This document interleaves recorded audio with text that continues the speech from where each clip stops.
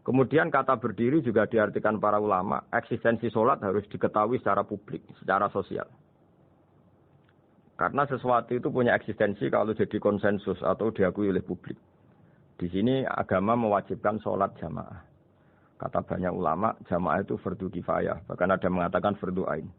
Harus dijalankan orang banyak secara massal dan harus di tempat yang terbuka. Sehingga kata para ahli fikih, andaikan ada orang jamaah di dalam rumah tidak diketahui oleh banyak orang, belum mencukupi atau belum menggugurkan kewajiban jamaah. Sehingga eksistensi sholat harus diketahui secara publik. Sehingga dulu Rasulullah itu kalau sholat ya di masjid dan masjidnya terbuka. Sampai sekarang kita pun menyaksikan semua umat Islam kalau sholat di masjid yang terbuka. Sehingga dunia non-muslim pun tahu bahwa dalam Islam ada ritual, ya, ada ibadah yang bernama sholat. Hikmah kedua dengan cara terbuka seperti ini, sholat itu menjadi gak pernah rubah mulai zaman Nabi sampai kiamat. Dengan tradisi jamaah berarti kaifiyah atau cara sholat ini permanen.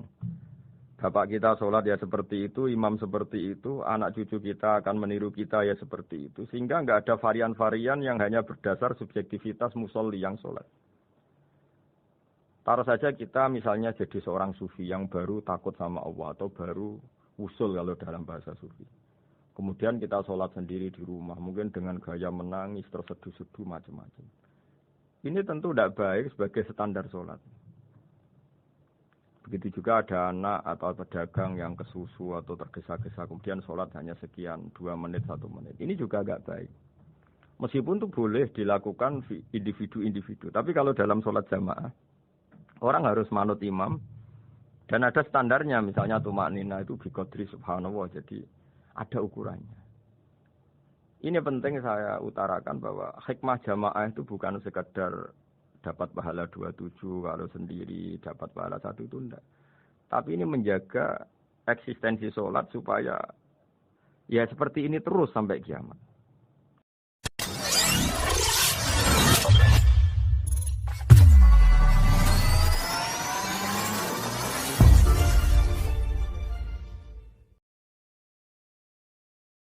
Warahmatullahi wabarakatuh.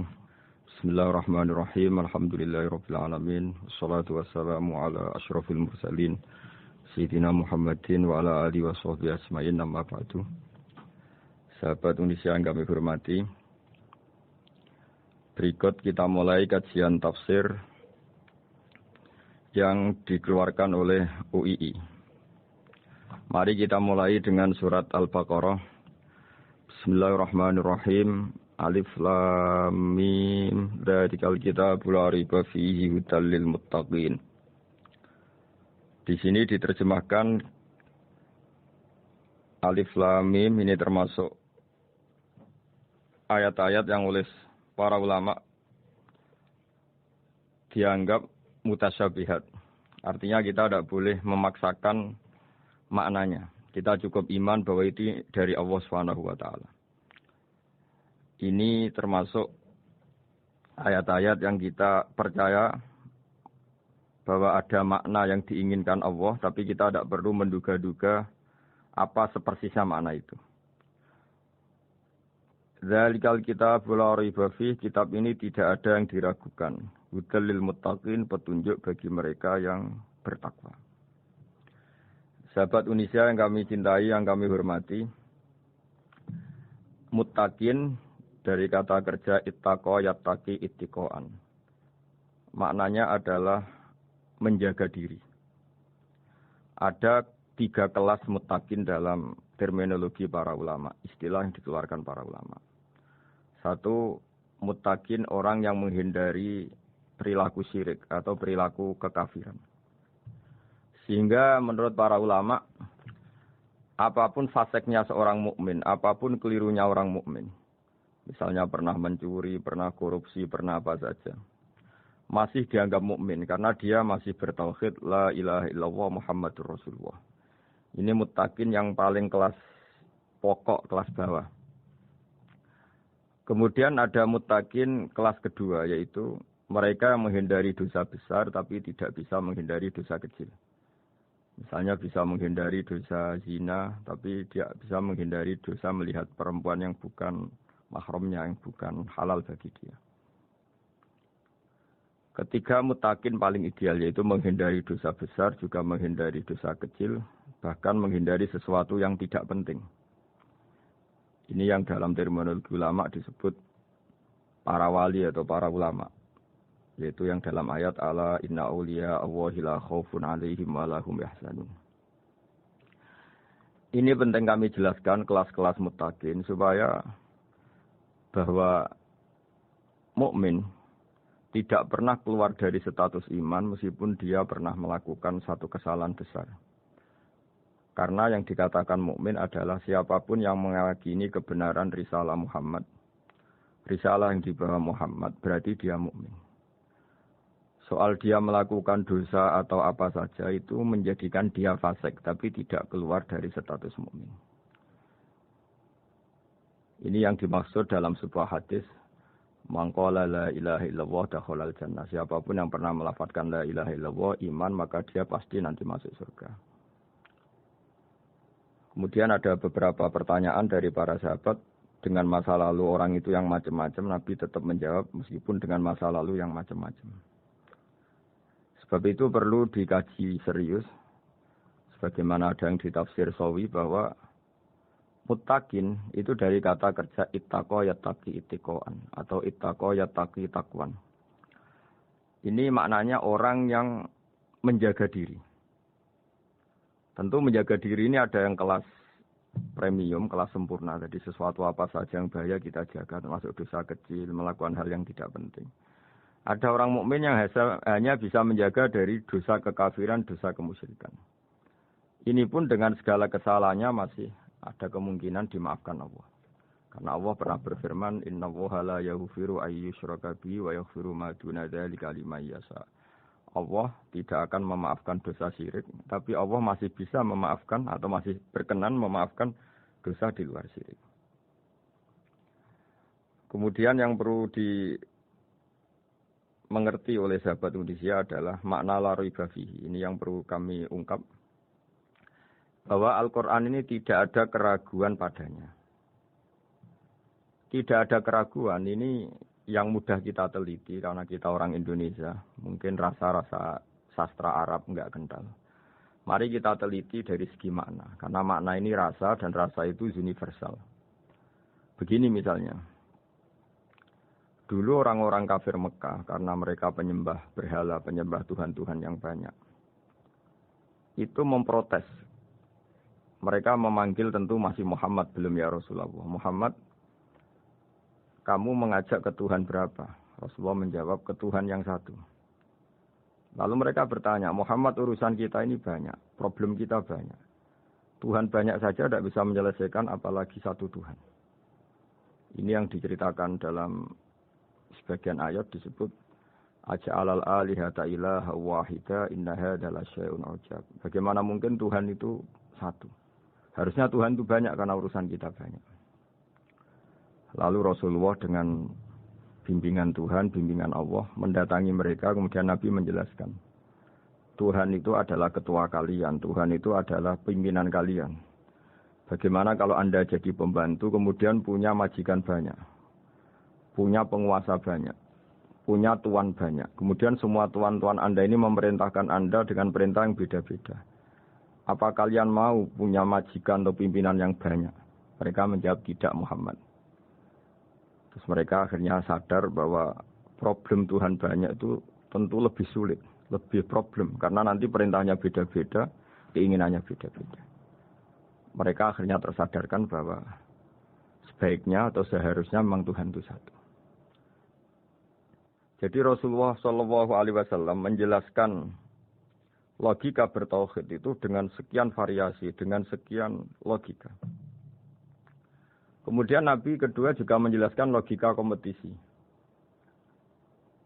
Kata Nabi yang karena bimbingan Allah diberi satu pengertian. Andai kan Tuhan itu 2 atau 3, kemudian berebut dalam tahta aras atau tahta yang di alam raya ini. Sebagaimana lazimnya para penguasa. Maka pasti ada yang menang, ada yang kalah. Dan yang kalah tentu gak layak sebagai Tuhan. Ini yang disebut wala ala ba'duhum ala ba'd. Tentu kalau Tuhan itu banyak, mereka akan berkompetisi, akan bertarung. Dan pasti pemenangnya ya satu, karena memang layak jadi Tuhan tetap satu. Sadarlah bahwa orang-orang kafir Quraisy, orang-orang kafir saat itu sadar pentingnya bertauhid. Ketiga, Nabi juga menjelaskan tauhid secara ilmu logika. Begini para pendengar. Kalau dalam teori ilmu tauhid yang agak jelimet dijelaskan begini. Jika ada dua Tuhan, maka alam raya ini enggak menjadi alam. Logikanya adalah dua Tuhan ini bisa kamu katakan sama-sama kuat. Ketika sama-sama kuat kemudian ingin menciptakan langit. Yang satu ingin menciptakan bumi, yang satu menolak menciptakan bumi misalnya. Atau yang satu ingin menciptakan langit, yang satu menolak ingin menciptakan langit. Kemudian ternyata bumi ini terbukti wujud. Logika awam adalah yang berhasil menciptakan bumi berarti Tuhan. Yang gagal atau kudrohnya gagal, kemampuannya gagal tidak bisa menciptakan bumi, gagal menjadi Tuhan. Ini logika awam. Logika ini pun kita terima. Tapi kalau menurut logika ahli tauhid, ahli pakar-pakar logika, cara berpandangan begini. Ketika Anda mengatakan ada dua Tuhan yang sama-sama kuat, kemudian terbukti yang satu mampu menciptakan bumi, yang satu tidak. Bahasa Anda mengatakan sama-sama kuat ini sudah batal dari awalnya, karena terbukti bahasa Anda salah, sama-sama kuat ternyata yang satu tidak mampu. Jika ada dalam pikiran orang-orang ahli tauhid mengatakan, membayangkan Tuhan saja itu enggak kebayang, karena turunan kata ini pasti selalu salah. Karena tadi misalnya dikatakan, andai kan ada dua Tuhan, kemudian yang satu mampu menciptakan bumi, yang satu tidak. Padahal Anda tadi bilang sama-sama kuat, ternyata terbukti yang satu tidak kuat. Berarti kata Anda sama-sama kuat ini salah. Ini pula yang diajarkan Rasulullah lewat bimbingan Allah, lewat wahyunya yang disebut Lau kana fihi ma alihatun illallahu la fasadata. Karena kalau ada dua Tuhan, pasti kamu sifati sama-sama kuat. Ternyata sifat sama-sama kuat ini batal demi hukum, karena ternyata yang satu tidak mampu menciptakan bumi. Atau kamu sifati dua Tuhan ini sama-sama lemah. Itu tidak mungkin lagi, karena ternyata bumi ini terbukti wujud. Pasti penciptanya ini tidak yang sangat kuasa. Jadi logika-logika tauhid sedemikian dibangun oleh Rasulullah lewat bimbingan Allah Subhanahu wa taala. Logika keempat, supaya kita iman dan tambah kuat imannya, adalah logika yang mudah dicerna oleh kebanyakan orang, atau yang bisa diindra.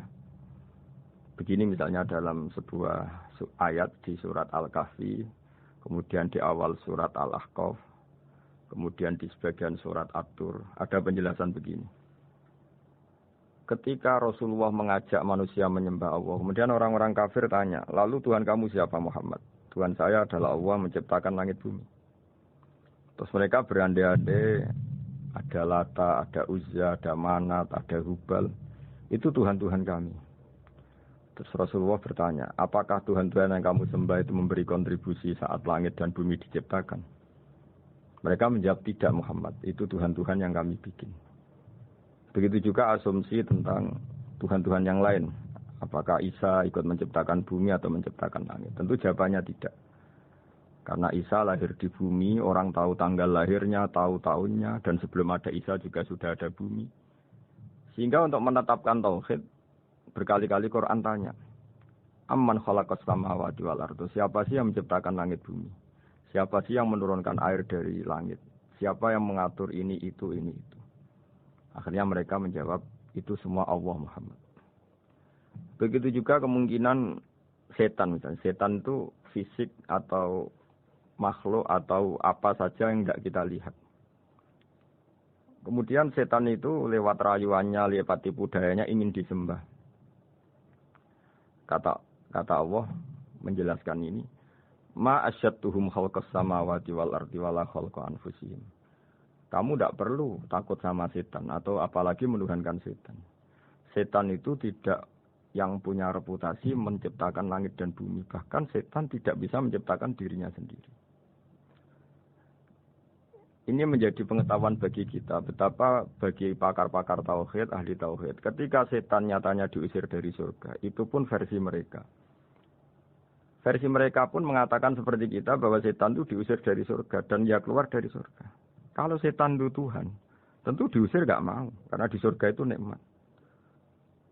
Ketika setan diusir dari surga ya keluar, dia juga jadi makhluk yang hina dina. Berarti dia tidak punya kekuasaan, bahkan pada dirinya sendiri. Dipaksa keluar dari surga ya keluar, dipaksa menjadi ahli neraka ya jadi ahli neraka, dipaksa jadi apa saja juga dia akan jadi seperti yang dipaksakan. Ini menunjukkan bahwa setan adalah tahta kudratillah, tahta qahrillah, tahta satwatillah, bahwa setan pun dalam kendali kekuasaan Allah. Makanya Allah mengatakan kamu tidak usah menyembah setan, tidak usah nurut sama setan. Setan itu lemah sekali. Karena faktanya dia tidak bisa memaksakan keinginannya. Ini yang oleh Allah disebut dalam firman-Nya inna kaida syaitani kana dhaifa. Setan itu lemah sekali. Ini perlu saya sampaikan ke para pendengar Unisia bahwa bertauhid itu ada sekian logika. Logika kelima adalah logika orang awam. Awam sekali. Suatu saat ada perdebatan antara Abul Hasan al-Asy'ari. Abul Hasan al-Asy'ari ini tokoh ahli sunnah paling populer dalam ilmu logika. Dia mengatakan orang menemukan Tuhan itu harus lewat logika yang cermat. Tidak boleh taklid, hanya ikut-ikutan. Dia harus menemukan satu argumentasi bahwa Tuhan atau pencipta langit itu ada. Kemudian ada satu problem di mana orang-orang kampung atau orang-orang yang lugu atau orang-orang awam itu tidak bisa ilmu logika, ilmu mantek kalau dalam bahasa pesantren. Kata Abu Mansur, kata Abul Hasan al-Asy'ari, itu masih mungkin. Alhasil para ulama ini meneliti ke orang-orang yang lugu, yang di kampung, yang petani, yang lugu sekali. Apa yang mereka temukan? Ternyata mereka punya cara logikanya sendiri untuk menemukan Tuhan, Sang Pencipta. Pernah suatu saat ada seorang petani lugu, biasa menggembala unta, ditanya, Bima araf tarubat, lalu kamu yang petani ini yang hanya ngurusi sawah, ngurusi ladang, dengan cara apa kamu tahu kalau Tuhan itu ada? Si petani tadi marah besar dan dia mengatakan, Al-ba'ratu tadullu alal ba'ir wa asharul aqdam yadullu alal masir. Kata petani tadi, yang namanya ada kotoran unta, pasti ada untanya. Yang namanya ada jejak kaki, pasti ada yang barusan lewat. Artinya kalau ada makhluk, pasti ada pencipta. Ini logika awam yang mudah. Kita tidak mungkin mengatakan bumi ini pencipta, mengatakan matahari pencipta. Kelihatan sekali kebendaannya, kelihatan sekali bahwa bumi matahari tidak punya ikhtiar, tidak punya kekuatan. Kelihatan sekali sifat-sifat kemakhlukannya. Jika benda-benda ini karuan makhluk, pasti menunjukkan bahwa ada penciptanya, ada khaliknya. Dalam logika Bedui tadi, si Bedui tadi, kalau ada kotoran sapi, pasti ada sapinya. Meskipun sapinya sudah sekarang nggak terlihat, mungkin sudah jalan kemana. Sama, kalau ada jejak kaki, meskipun orang yang tadi lewat sudah kita nggak tahu, tapi kita pasti tahu, pasti ada yang lewat. Ini yang dimaksud dalam bahasa Arab, al-ba'ratu tadullu alal ba'ir, kalau ada kotoran sapi atau kotoran unta, pasti ada untanya. Wa asharul aqdam yadullu alal masir, kalau ada jejak orang lewat, pasti tadi ada orang lewat. Nah, semua metode ini digunakan semua oleh Rasulullah. Logika yang bagi intelektual, logika bagi kaum awam, logika bagi kaum menengah, ya tidak awam, tidak. Semuanya digunakan, semuanya jadi media untuk memastikan bahwa logika tauhid ini logika pilihan, logika yang benar-benar logika. Sehingga dalam banyak ayat disebut agama ini liqaum yaqilun, liqaum yatafakkarun, bagi kaum yang bisa berpikir, bagi kaum yang punya akal. Lalu kemudian kami teruskan alladzina yu'minuna bil ghaibi. Ini kata ghaibi bukan kayak dalam bahasa Indonesia misalnya setan atau hantu disebut barang gaib. Kata ghaibi dalam bahasa Arab adalah perbandingan atau lawan kata dari al-musyahad yang bisa disaksikan langsung lewat indera. Kita orang mukmin iman bahwa surga ada, padahal kita tidak pernah melihat surga. Kita mukmin iman bahwa neraka ada, padahal kita belum pernah melihat neraka. Ini sesuatu yang maghoba anil absor, yang mata kita tidak melihat, fisik kita tidak menyentuh. Kita pun iman. Asal sesuatu itu mansus ya, dikatakan secara eksplisit oleh Quran dan hadis. Kalau dalam bahasa usul fikih disebut al-mansus. Ciri mukmin diantaranya adalah yang paling pokok, alladzina yu'minuna bil ghaibi. Iman dengan sesuatu yang enggak kelihatan. Lalu kemudian para ulama cara pandang beda-beda. Bedanya bukan karena mereka bertentangan, enggak, tapi ini menurut kelas rasa yang berbeda-beda. Bagi orang-orang sufi, ya, Allah itu tidak bisa dikatakan al-ghaib, sesuatu yang enggak kelihatan. Karena Allah itu begitu jelas, az-zahir. Kata orang sufi, Allah itu zahir. Begitu juga dalam Asmaul Husna disebut Allah itu az-zahir, begitu jelas. Karena orang yang akalnya mapan, hatinya mapan, melihat satu lemari yang bagus, pasti langsung mensifati bahwa pembuatnya adalah orang yang hebat.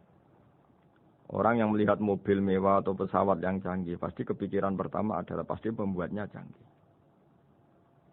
Sehingga eksistensi pembuat pesawat itu adalah orang hebat, itu langsung tertanam ketika melihat pesawat itu hebat. Bagaimana mungkin seseorang ragu akan kehebatan pembuat pesawat ketika melihat detail-detail pesawat? Pasti langsung kepikiran kalau pembuatnya itu hebat. Memutuskan bahwa pembuat pesawat hebat itu tidak harus ketemu yang membuat, juga tidak harus melihat. Tapi akal kita pasti meyakini pembuatnya itu hebat. Berarti keputusan menyimpulkan bahwa pembuatnya hebat adalah az-zahir begitu jelas. Begitu juga langit dan bumi, matahari semuanya tertata rapi. Air dengan fungsi manfaat yang sebegitu hebat, oksigen, semua tanaman, buah-buahan. Meskipun kita tidak pernah melihat Tuhan, tapi akal kita, nurani kita, pasti berkeyakinan dan tahu betul, pasti pembuatnya itu zat yang super hebat, super bijaksana. Sehingga dalam kategori ini Allah tidak bisa dikatakan suatu yang tidak tersentuh, yang tidak terjangkau. Allah itu az-zahir, begitu jelas. Sehingga di antara Asmaul Husna disebut az-zahir.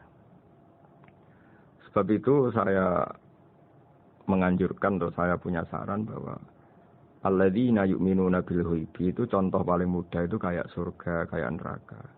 Kalau Allah sendiri itu az-zahir, mudah diketahui. Karena tadi orang yang melihat pesawat canggih pasti saat itu juga berkeyakinan dan itu pasti benar, pasti pembuatnya juga canggih. Nah, di sini disebut alam raya ini ayat, semuanya itu bukti kekuasaan. Dalam syair-syair orang sufi masyhur sekali itu wa fi kulli syai'in lahu ayatun yadullu ala annahul wahidu. Setiap sesuatu kejadian di alam raya adalah bukti keesaan Allah, bukti eksistensi Allah Subhanahu wa taala. Sehingga dalam satu kisah normalnya orang itu paling tahu itu dengan dirinya sendiri. Karena dia adalah dia. Tapi kalau Imam Sibawai, seorang pakar nahwu, mengatakan a'raful ma'arif Allah. Di alam raya ini yang paling mudah dikenali itu ya Allah, pencipta. Karena andai kan kita sendirian di hutan, kemudian kita mulai punya akal, kita mungkin tidak tahu diri kita ini siapa. Tapi setidaknya kita langsung menyimpulkan bahwa kita tidak bisa menciptakan diri kita sendiri. Ketika kita berkesimpulan tidak bisa menciptakan diri kita sendiri, pasti kita terus berkesimpulan ada di luar kita yang menciptakan kita. Nah, sebab itu kenapa sifat mencipta ini yang pertama kali dikenalkan oleh Allah kepada nabinya untuk dikenalkan kepada umatnya. Yaitu disebut Iqra bismi rabbikal ladzi khalaq. Muhammad, bacalah dengan nama Tuhanmu. Sifat Tuhan yang paling mudah dikenali oleh siapapun adalah sifat pencipta. Karena ketika seseorang yakin dia lahir sudah ada bumi, dia lahir sudah ada langit, dia pasti akan tahu bahwa dia ada penciptanya. Sehingga paling mudah mensifati Allah atau mensifati Tuhan adalah bismi rabbikal ladzi khalaq. Terus kemudian di antara ciri orang baik adalah wa yuqimunas shalat. Kemudian beriman kepada yang gaib, menegakkan salat. Kata menegakkan adalah dari kata menjaga aturan-aturan atau sesuai aturan-aturan salat. Kita tahu dalam salat ini ada beberapa syarat yang harus dipenuhi. Misalnya harus wudu, harus suci di tempat yang suci. Terus ada syarat-syarat dalam internal salat, dia harus baca Fatihah, harus tumakninah, macam-macam. Itu eksistensi definisi sholat. Kemudian kata berdiri juga diartikan para ulama, eksistensi sholat harus diketahui secara publik, secara sosial. Karena sesuatu itu punya eksistensi kalau jadi konsensus atau diakui oleh publik. Di sini agama mewajibkan sholat jamaah. Kata banyak ulama, jamaah itu fardu kifayah. Bahkan ada yang mengatakan fardu ain. Harus dijalankan orang banyak secara massal dan harus di tempat yang terbuka. Sehingga kata para ahli fikih, andaikan ada orang jamaah di dalam rumah, tidak diketahui oleh banyak orang, belum mencukupi atau belum menggugurkan kewajiban jamaah. Sehingga eksistensi sholat harus diketahui secara publik. Sehingga dulu Rasulullah itu kalau sholat ya di masjid dan masjidnya terbuka. Sampai sekarang kita pun menyaksikan semua umat Islam kalau sholat di masjid yang terbuka. Sehingga dunia non-muslim pun tahu bahwa dalam Islam ada ritual, ya, ada ibadah yang bernama sholat. Hikmah kedua dengan cara terbuka seperti ini, sholat itu menjadi gak pernah rubah mulai zaman Nabi sampai kiamat. Dengan tradisi jamaah berarti kaifiyah atau cara sholat ini permanen. Bapak kita sholat ya seperti itu, imam seperti itu, anak cucu kita akan meniru kita ya seperti itu. Sehingga nggak ada varian-varian yang hanya berdasar subjektivitas musolli yang sholat. Taruh saja kita misalnya jadi seorang sufi yang baru takut sama Allah atau baru usul kalau dalam bahasa sufi. Kemudian kita sholat sendiri di rumah, mungkin dengan gaya menangis, terseduh-seduh macam-macam. Ini tentu tidak baik sebagai standar sholat. Begitu juga ada anak atau pedagang yang kesusu atau tergesa-gesa, kemudian sholat hanya sekian, 2 menit, 1 menit. Ini juga agak baik. Meskipun itu boleh dilakukan individu-individu. Tapi kalau dalam sholat jamaah, orang harus manut imam, dan ada standarnya, misalnya tumakninah itu biqadri subhanallah, jadi ada ukurannya. Ini penting saya utarakan bahwa hikmah jamaah itu bukan sekedar dapat pahala 27 kalau sendiri, dapat pahala 1 itu enggak. Tapi ini menjaga eksistensi sholat supaya ya seperti ini terus sampai kiamat. Sehingga orang Indonesia atau orang Afrika, orang mana saja, itu ketika haji atau ketika saling berkunjung di negara lain, itu enggak akan kaget dengan cara-cara sholatnya. Karena seluruh dunia kaifiyahnya caranya sama. Ini semua barokah dari jamaah. Maka Rasulullah itu enggak banyak ngendikan tentang caranya sholat. Beliau hanya ngendikan, shollu kama ra'aitumuni usolli. Sudahlah kamu pokoknya makmum saya. Nanti caranya kamu sholat sama seperti saya, seperti ini. Sehingga kata menegakkan sholat adalah bisa kita tegakkan kalau kita aparat negara ya, bikin-bikin aturan supaya eksistensi sholat enggak terganggu. Kalau kita seorang kultural juga mensuasanakan sholat. Dan supaya kefiahnya atau caranya sholat ini benar, kita tradisikan jamaah. Sehingga anak kecil ngikuti yang besar, yang bodoh ngikuti yang pinter dengan satu cara. Itu barokahnya jamaah. Sehingga wa yuqimuna sholat itu, sholat kita dirikan baik secara personal. Dengan cara-cara tumakninah, kita suci di tempat yang suci. Maupun kita tegakkan, kita maklumatkan, kita jadikan konsensus bahwa sholat ya seperti ini. Sehingga ada khayal-khayal lagi dalam Islam.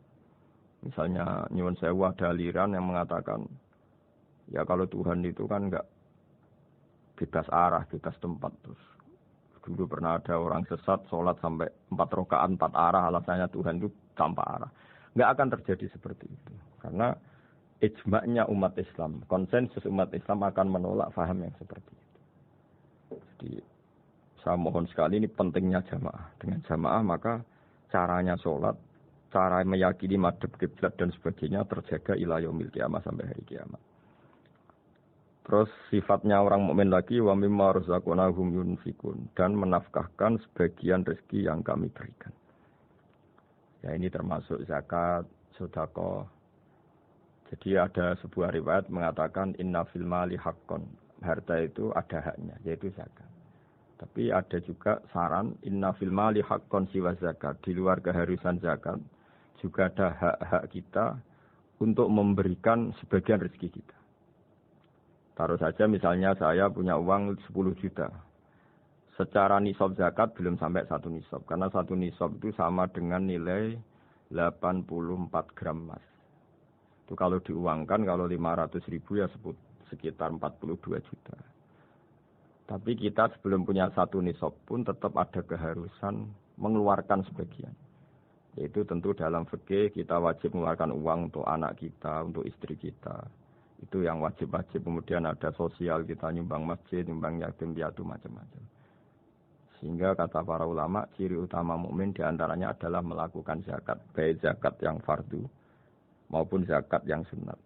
Karena kata zakat itu dimaknai fardu, sebetulnya definisi para ahli fikih untuk membedakan zakat yang wajib dengan sedekah.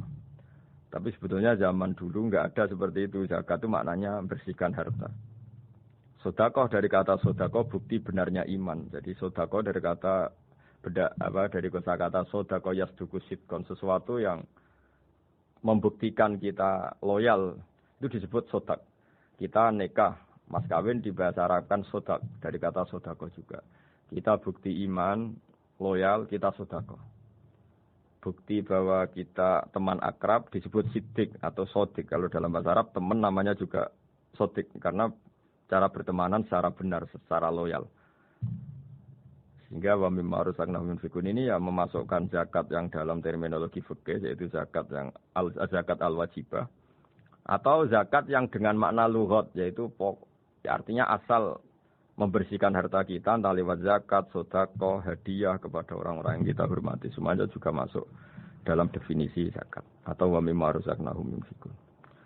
Kemudian sifat terakhir dari orang muttaqin adalah walladzina yu'minuna bima unzila ilaika wa ma unzila min qablika bil akhirati hum yuqinun ulaika ala hudam mir rabbihim wa ulaika humul muflihun. Di sini diterjemah mereka yang beriman kepada kitab yang kami turunkan kepadamu dan yang diturunkan sebelum kamu. Ini kata yang diturunkan sebelum kamu penting sekali karena ciri utama Nabi adalah dia tidak pernah beda dengan Nabi sebelumnya. Karena kebenaran tauhid pasti tunggal. Nabi-nabi dulu pasti mengajarkan tauhid, hanya menyembah Allah. Enggak mungkin Nabi berikutnya kemudian bikin ajaran baru dalam tauhid. Sehingga andaikan semua kitab Injil, Taurat itu masih versi yang orisinil, pasti enggak ada yang beda dengan Quran. Karena ciri utama kebenaran adalah iman dengan Quran dan iman kepada kitab yang diturunkan sebelum Al-Quran. Wabil akhirati hum yuqinun, mereka juga yakin akan datangnya hari akhir. Itu bisa disebut yaumul ba'ats. Terus ketika semua kriteria itu terpenuhi baru ulaika ala hudam mir rabbihim wa ulaika humul muflihun. Mereka itulah yang berada pada petunjuk Allah dan merekalah orang-orang yang berbahagia. Para pendengar sahabat Indonesia, semoga kajian ini bermanfaat. Dan ini mulai ayat 1 sampai 5 dalam surat Al-Baqarah, yaitu surat yang dalam tartibnya mushaf nomor 2 setelah Fatihah. Jadi kalau dalam ulumul Quran disebut ada surat yang berdasar nuzulul Quran, yaitu surat Iqra, kemudian Mudaththir. Ada urutan surat yang berdasar tartibul mushaf, yaitu yang kita punyai sekarang, yaitu Fatihah, terus Baqarah, dan seterusnya. Dan urutan-urutan ini pun sesuai petunjuk Rasulullah SAW. Saya kira demikian. Mohon maaf atas semua kesalahan. Assalamualaikum warahmatullahi wabarakatuh.